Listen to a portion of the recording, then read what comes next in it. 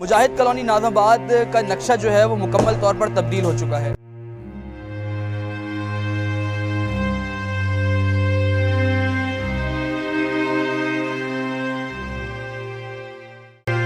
आसिफ ने फिर ये बहाना बनाया कि हम 150 फुट ये रोड बना रहे हैं, इसलिए इस आबादी को हम हटा रहे हैं।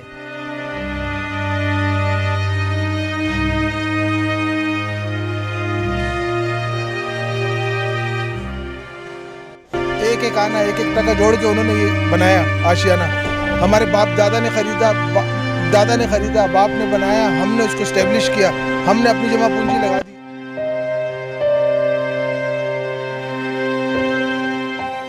ये सवाल मैं कभी भी नहीं करता, लेकिन मैंने जब अपनी वीडियोस में जो मैंने इससे पहले वीडियो डाली और उसमें जब मैंने कमेंट्स पढ़े तो मुझे दुख हुआ कि लोग इस वक्त भी जो है वो इन लोगों का मजाक बना रहे हैं। ये जो इलाका था पहले इनकी वैल्यू नहीं थी तो ये तोड़ भी नहीं रहे थे, अभी इसकी वैल्यू हो गई है, ये अरबों रुपए की ज़मीन है, तो इसलिए हमें बेघर करके ना कल आप ये रोड का बहाना बना रहे हैं, लेकिन आप कल आप देखिए कि यहाँ पे प्लाजे क्या हम इस मुल्क के सिटीजन नहीं है? क्या हमने इस मुल्क को टैक्स नहीं दिया? ये हमारे टैक्सों पे ये चल रही है ना ये सिस्टम। आप लोग हम लोग पेड करते हैं तो ये लोग चल रहे हैं ना, मगर अगर रूलिंग इलीट जो है वो हमें किसी भी तरीके से जो है।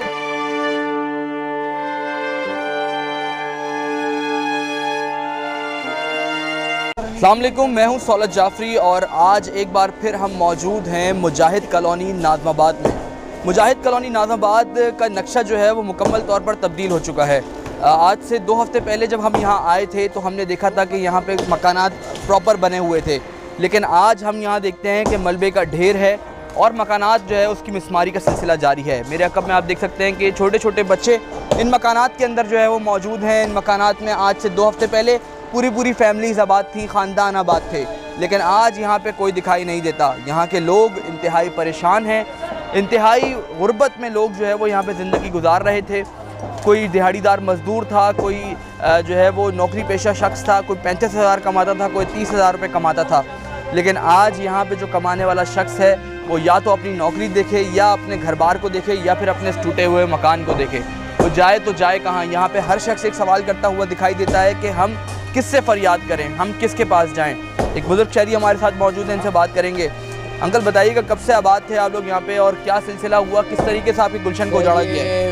सन 52 से ये आबादी आबाद है और मैं खुद 69 में मैं कराची आया इसी जगह पे। तकरीबन 18-19 साल मेरी उम्र थी और यहीं भी मेरी शादी भी हुई। मेरे 12 बच्चे हैं, उसके मैंने 10 जो 12 है 12 के मैंने इधर शादी की, बच्चों की भी पोतियों की भी यहाँ शादी की।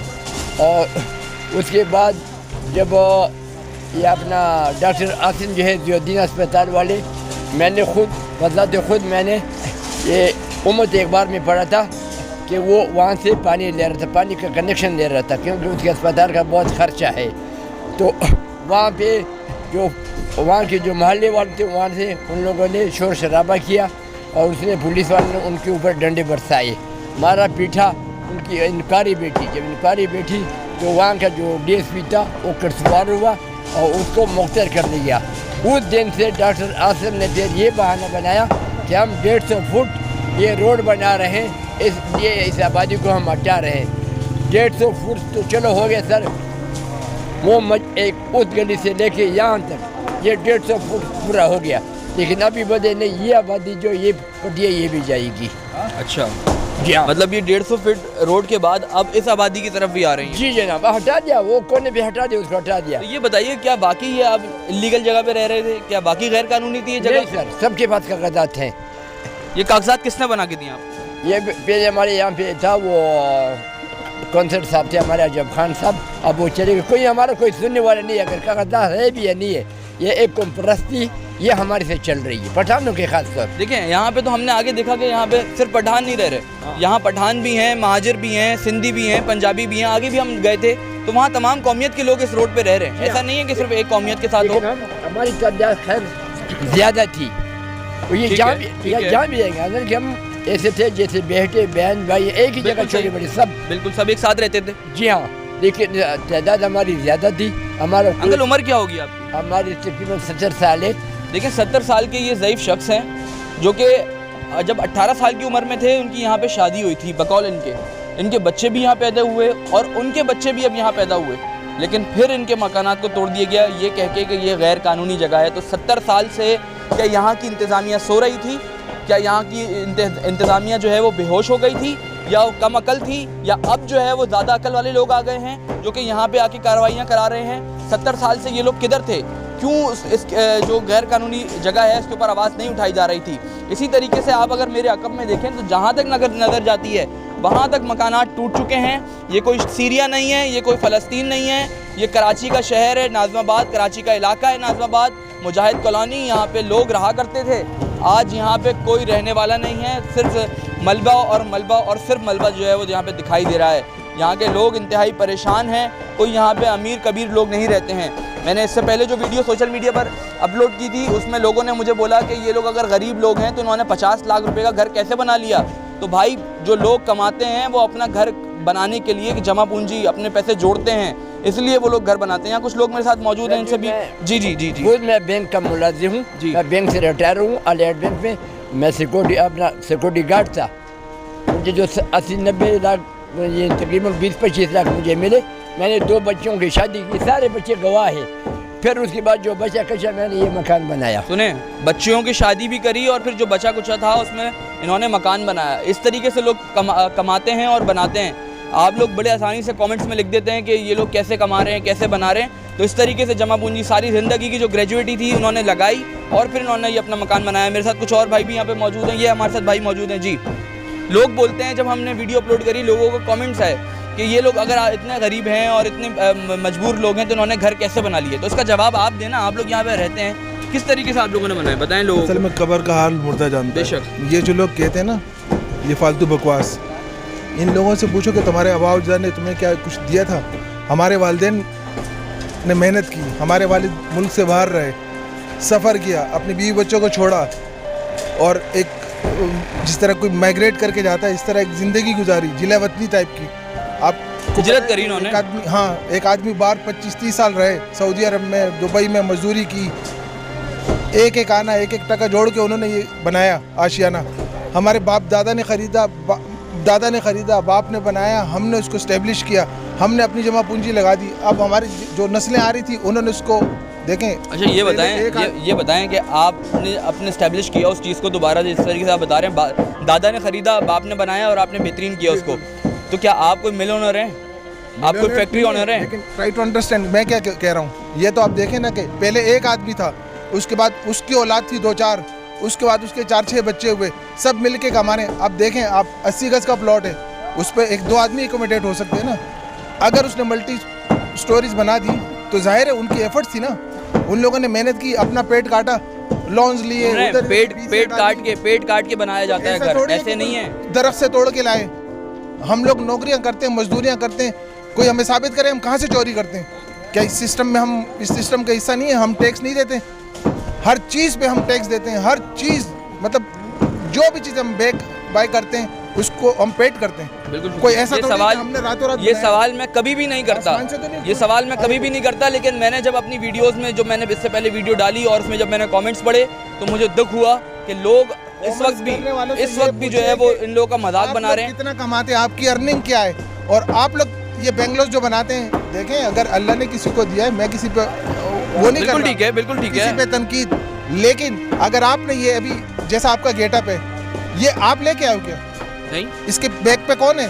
वालिदैन। आपके पेरेंट्स ने कुर्बानी दी होगी ना, सेक्रीफाइस किया होगा कुछ। ऐसे थोड़ी है कि उनके माँ बाप अगर वहाँ से वो कोई धोती पाजामे में हिजरत करके वो आए थे, ये जो हमारी जो जितनी नेशन है, ये क्या वहाँ से कोई जहाज सोने के भर के लाई थी इंडिया से? अभी ये बताएं आप लोगों को यहाँ पे मुतबादिल के लिए क्या कहा जा रहा है? सारे टोपी ड्रामा है। मुतबादिल ये मतलब मरने के बाद आप उसको इंजेक्शन लगाओ कि वो जिंदा दवाई उसको दो। That's not fair. आपको पहले इनको एकोमोडेट करना चाहिए था, इनके लिए एक सोसाइटी बनानी चाहिए थी, उसको वहाँ पर फिर उनको ऑफर करते कि भाई देखो आपको तो हम, आपने यहाँ बेवाएं। यकीनन यहाँ पे जो है वो सिर्फ मर्द नहीं रहते, सिर्फ मर्द नहीं रहते, आपकी खवातीन भी होंगी, आपके बच्चे भी होंगे, वो लोग कहाँ गए? ये देखो बेटा, आप मेरे बेटे की उम्र के हो, मैं इस उम्र में औलाद तो नहीं पैदा करूँगा ना कि अगर वो मर गई या इस उम्र में मैं कमाऊंगा तो नहीं कि बिल्डिंगें बनाऊंगा। अब मेरी उम्र है, मैं तो अपने ऊपर दवाइयों पर खर्च करूंगा, मैं तो अपने ऊपर खर्च करूंगा। मेरे तो सपोर्टर ही नहीं होगा कोई, बजाय इसके कि आप मेरी क्षति मुझसे छीन लो, रोड पे ले आओ। आपने 2 दिन के नोटिस पे सब मकान गिरा दिए। आप 1 साल 2 साल का वो पीरियड देते हैं, उनको ऑफर करते कि चलो रेगुलराइज कराओ इसको, या कोई मतलब देखें कोई तो स्कीम, कोई मुतबादिल देते, कोई ना कोई स्कीम, बिल्कुल सर छुपाने की जगह। एक तरफ आप कहते हो कि वहाँ से सैलाब ज़दगान को ले आओ, यहाँ पर उनको UN से फंड लेके उनको बसाओ, मतलब वो कोई सुपीरियर है। ठीक है, वो हमारे मुल्क के नेशन है, हम समझते हैं। कमेंट्स देते हैं ना कि इतने बड़े मतलब है कि महंगे मकान बना लिए तो ये कैसे गरीब है। तो भाई ये जो इलाका था पहले इनकी वैल्यू नहीं थी तो ये तोड़ भी नहीं रहे थे, अभी इसकी वैल्यू हो गई है, ये अरबों रुपए की ज़मीन है।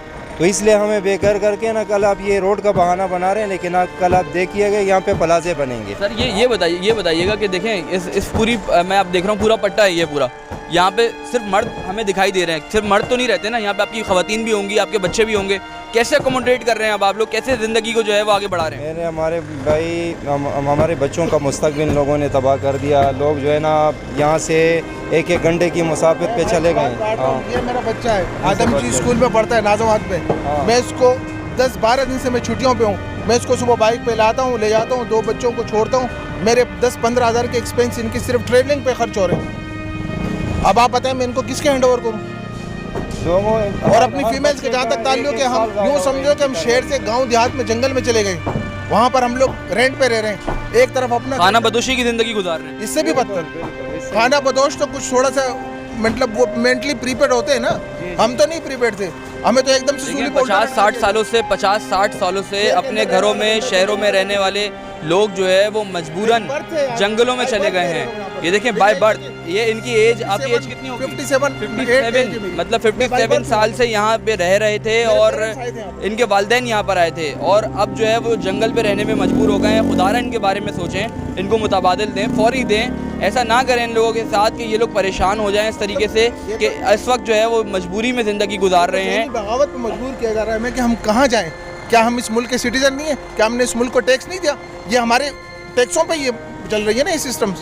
आप लोग हम लोग पेड करते हैं तो ये लोग चल रहे हैं ना, मगर अगर रूलिंग इलीट जो है वो हमें किसी भी तरीके से रगड़ दे, कुछ भी कर दे हमारे साथ, लेकिन अल्लाह तो पूछने वाला है। देखिए आपको अगर इनकी ज़मीन लेनी थी, इनको जो है वो यहाँ से हटाना था।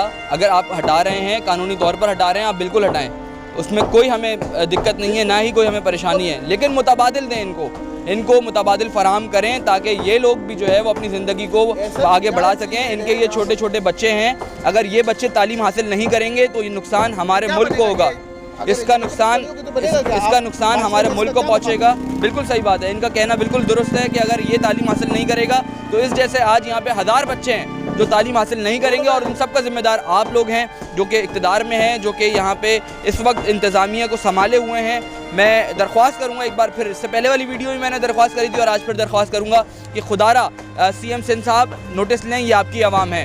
खुदारा यहाँ के जो DC हैं वो नोटिस लें, यहाँ के जो कमिश्नर साहब हैं वो नोटिस लें, ये आपकी अपनी आवाम है। यही लोग हैं जो आप लोगों को इक़्तिदार में लेके आते हैं, वोट देते हैं, यही आपका अपना वोट बैंक है। अगर आप इनको नहीं संभालेंगे तो कल आपका वोट बैंक चला जाएगा, ये बात मैं आपको फिर बता रहा हूँ। अगर आज इन लोगों की दादरसी नहीं की गई तो कल आप लोग मुश्किलात में पड़ सकते हैं।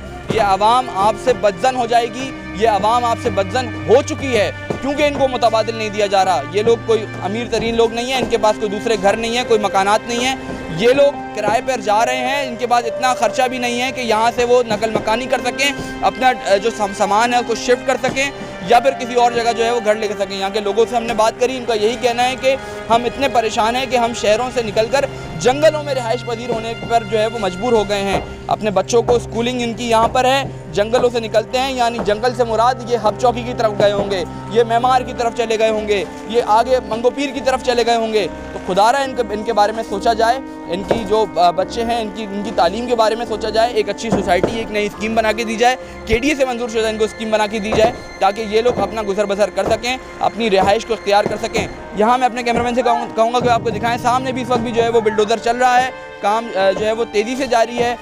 बताया जा रहा है कि तमाम मकानात जो है वो तोड़ दिए जाएंगे आइंदा आने वाले 1 से 1.5 हफ्तों में। मकानात तो मिसमार कर दिए गए हैं लेकिन ये सारा मलबा भी जो है वो हटा दिया जाएगा। कुछ दिनों के बाद यहाँ पे रोड बना दिया जाएगा, लेकिन इस रोड बनाने के बाद जो हज़ारों ख़ानदान का कत्ले आम हुआ है, जो माशी कत्ल हुआ है, जो रिहाइश का कत्ल हुआ है, उसका ज़िम्मेदार कौन है? इसका जवाब जो है वो आप देंगे जो वीडियो देख रहे हैं, और ये इसका जवाब दे वो भी है जो कि ज़िम्मेदार है इन तमाम चीज़ों का। अगर आपको ये वीडियो पसंद आई हो तो मेरे चैनल को सब्सक्राइब करें, इस वीडियो को लाइक करें। आपका बहुत शुक्रिया। जज़ाकल्लाह अंकल, बहुत